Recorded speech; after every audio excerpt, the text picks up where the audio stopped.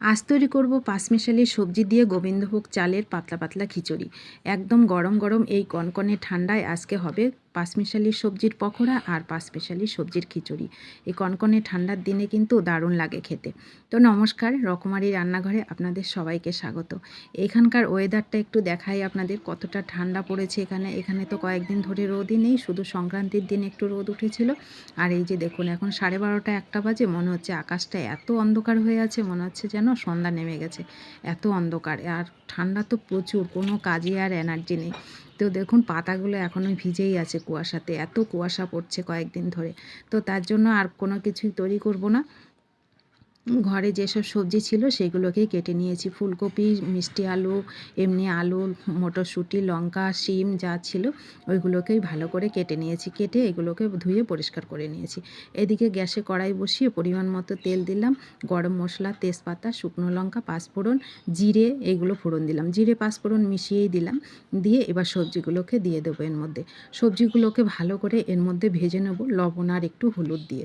এখানে কিন্তু কোনো রকম মশলা আমি ব্যবহার করব না, কারণ এটা গরম গরম মানে পাতলাই হবে। এই ঠান্ডার দিনে পাতলা খিচুড়ি কিন্তু খেতে বেশ ভালো লাগে গোবিন্দভোগ চাল দিয়ে।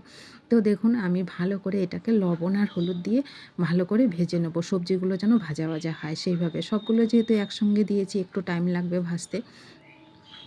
আর এখানে মশলা হিসেবে শুধু দিলাম আর একটু আদা গ্রেট করে দিলাম, আর কিছুই দেবো না। আপনারা চাইলে মশলা ইউজ করতে পারেন। তো আমাদের এরকম পাতলা পাতলা খিচুড়িটাই বেশি ভালো লাগে মশলা ছাড়া, তার জন্য দিলাম। আর এখানে 200 গ্রাম মুসুরির ডাল আর মুগ ডাল মিশিয়ে 200 গ্রাম দিয়ে দিলাম, ভালো করে ধুয়ে ওইগুলোকে এই একইভাবে দিয়ে দিলাম, দিয়ে ভালো করে ভেজে নেব। আর এখানে 250 গ্রাম দিলাম গোবিন্দভোগ চাল, ওটাকেও ধুয়ে দিয়েছি। ধুয়ে এবার সবগুলোকে একসঙ্গে একদম ভাজা ভাজা করে নেব, যেন এর সঙ্গেই ভালো করে ভাজা হয়ে যায়। যেহেতু আমি আলাদা করে করিনি, একসঙ্গে করছি, একটু টাইম নিয়ে ওইগুলোকে ভাজা করে নেব। তারপরে এদিকে একটা আমি ওটা কড়াইতেই হয়ে যেত, যেহেতু আমার কড়াইটা ছোট তার জন্য আমি হাঁড়িতে করব। আর এদিকে হাঁড়িতে আমি লবণ আর হলুদ দিয়ে জলটাকে ফুটিয়ে নিয়েছি আগের থেকে। ফোটানো জলের মধ্যে এবার সবজিগুলো, চাল ডাল সবগুলো এর মধ্যে দিয়ে দেবো। দিয়ে এদিকে হাঁড়িতেই হতে থাকবে একদিকে, অন্যদিকে একটা পকোড়া রেডি করব। তার জন্য সবজি নিয়ে নিয়েছি, এখানে পালং শাক, ধনেপাতা কুচি নিয়েছি, ফুলকপি কুচি নিয়েছি, ছোট করে কেটে নিয়েছি ফুলকপি, পেঁয়াজ কুচি, টমেটো কুচি, লঙ্কা কুচি দিচ্ছি। এর মধ্যে দিচ্ছি মানে বেসন দেব না আমি, এটা মচমচে করার জন্য আমি 3 চামচ দিলাম সুজি, 3 চামচ দিলাম চালের গুঁড়ো। বেসন ছাড়াই এটা তৈরি করছি। পরিমাণ মতো লবণ দিলাম, হলুদ, লঙ্কার গুঁড়ো আর একটু চিনি দিলাম। দিয়ে এবার এটাকে প্রথমে মাখা যাবে না, যেহেতু শাকের থেকে একটু জল বেরোবে। পরে একটু মেখে নিয়ে তারপরে একটু জল দেবেন। জল দিয়ে এবার ভালো করে মেখে নিয়ে এইভাবে শেপে চপগুলো ভেজে নেন। একদম দারুণ লাগে এই পাঁচমিশালি খিচুড়ির সাথে। পাঁচমিশালি এই মানে পকোড়াটা খুবই মজার হয় খেতে। তো এই ভাজার সময় কিন্তু গ্যাসের ফ্লেমটাকে একটু মিডিয়াম করে রাখবেন, তাহলে মিডিয়াম করে রাখলে যেহেতু সবজিগুলো আছে মানে সেদ্ধ হতে টাইম লাগে।